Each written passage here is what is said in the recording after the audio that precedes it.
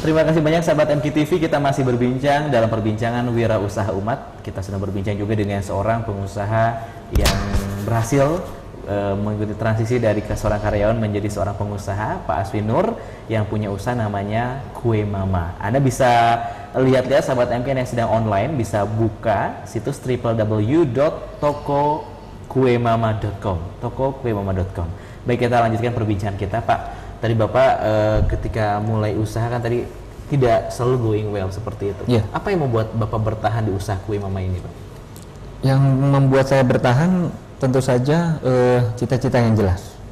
Jadi cita-cita yang jelas, sejelas apa pertanyaannya kan? Cita-cita yang jelas itu adalah yang pertama, saya punya role model, saya punya contoh orang yang sudah sukses seperti apa bentuknya. Saat itu siapa? Saat itu tentu saja yang cukup banyak menginspirasi saat itu jauh sebelum saya merintis usaha ini. Salah seorangnya adalah yang terlintas di pikiran saya adalah Steve Jobs. Steve Jobs, betul. Tentu saja orang pendiri Apple ya. Betul. Kemudian itu dari pribadinya. Kemudian dari bentuk usahanya, saya melihat Dunkin Donuts. Iya. Saya melihat Starbucks. Saya melihat usaha-usaha yang mirip tentu saja yang seperti yang akan saya rintis seperti ini. Kemudian ada juga SLR 77 yang dari lokal. Lokalnya SLR 77. Yang lokal SLR 77. Nah, kemudian saya belajar dari mereka. Oh, ternyata mereka ketika lahir ya merasakan apa yang saya sedang merasakan sekarang. Ya, dan biasanya sesama pengusaha curhat hal yang seperti ini. Saya hanya dikasih ucapan selamat, Anda sudah melalui proses yang benar. Kemudian menjadi lebih semangat lagi. Gitu. Pasti kalau curhat keluhannya sama ya, Pak ya? Keluhannya sama. Kenapa belum untung juga? Belum untung, omsetnya turun, ya karyawan berganti. Itu ternyata adalah cerita yang biasa bagi mereka. Begitu. Itulah dunia usaha. Itulah dunia usaha. Apakah langsung ketemu Kue Mama atau pernah kemana dulu usahanya? Tentu saja pernah. Saya pernah menjalani usaha jual obat herbal. Tapi selama sebelum menjalani toko Kue Mama ini, kami menjalani bisnis catering bersama keluarga. Betul. Itu kan tentu saja berdasarkan pesanan, ada pesanan, bikin makanan, antar, selesai pulang cuci, seperti itu. Itu ya berjalan terus. Akhirnya saya menemukan ini arahnya kemana sih catering gitu. Apakah saya akan jadi penyedia jasa catering di pengeboran migas juga seperti itu? Sempat terpikir seperti itu, tapi pada akhirnya mungkin itu bisa dirintis, tetapi yang ini di depan mata juga ternyata ibu saya sudah melakukan ini, mama saya sudah melakukan ini sejak saya masih kecil, sejak akhir tahun 80. Ibu saya khususnya ya, mama saya sudah menjalani ini secara perlahan-lahan sampai hari ini. Akhirnya memang mengembangkan usaha orang tua seperti itu. Betul. Kue Mama ini kalau bisa digambarkan ke sahabat MK ini kue kering kah, kue basah kah, itu seperti apa nih? Kuenya adalah kue-kue basah. Kue-kue basah, kita bisa perlihatkan. Silakan. Seperti itu ya. Bapak silakan. Iya. Ya, kue-kuenya seperti ini. Ya, diangkat. Oke. Ya, seperti ini. Ini kue-kue yang kalau kami sebut rasanya relatif lebih manis. Betul. Gitu ya. Kalau yang sebelah kiri ini rasanya adalah gurih. Ya, ada yang dipanggang, ada yang digoreng ya.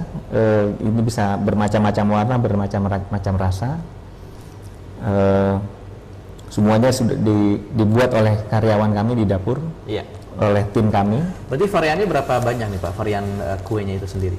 Nah, ini yang menarik. Awalnya ketika kami akan meluncurkan konsep toko Kue Mama, ibu saya punya 200 resep. 200 resep kue yang setiap tahun sekali, mungkin sebulan sekali belajar resep-resep baru. Betul. Pada akhirnya kami mencoba, tidak mungkin 200 resep kue basah semuanya ditampilkan. Betul. Ya, karena nanti ada yang tidak laku, ada yang masa berlakunya tidak lama dan sebagainya.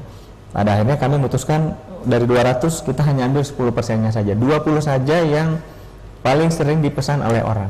20. Jadi sampai saat ini 20 varian.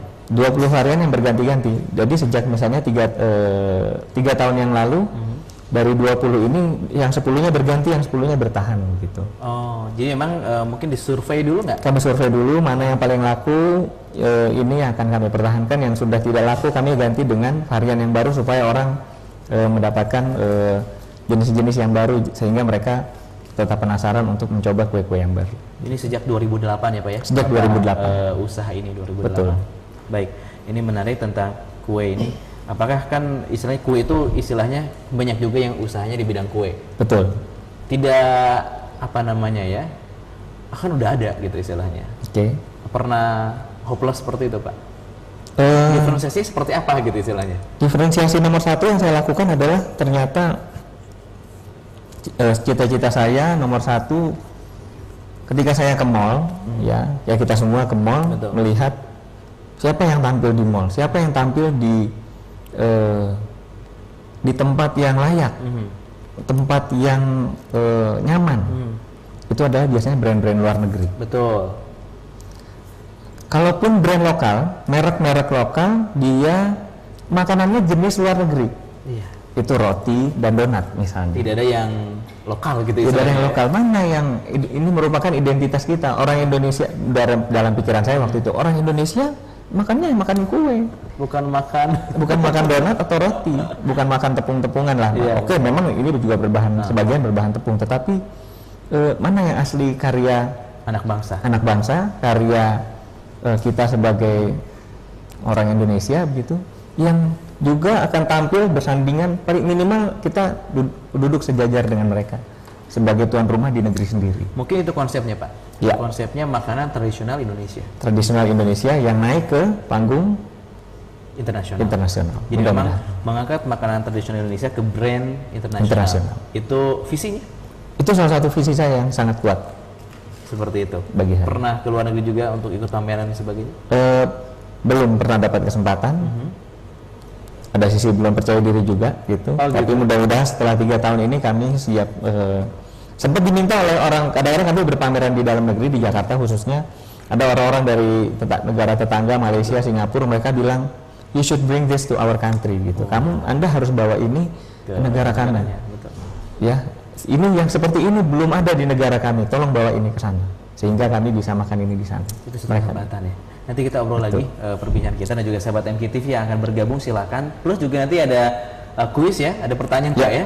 Ada pertanyaan untuk Anda, nanti juga Anda bisa merasakan langsung seperti apakah kue mama ini selepas informasi dari relasi kami berikut ini.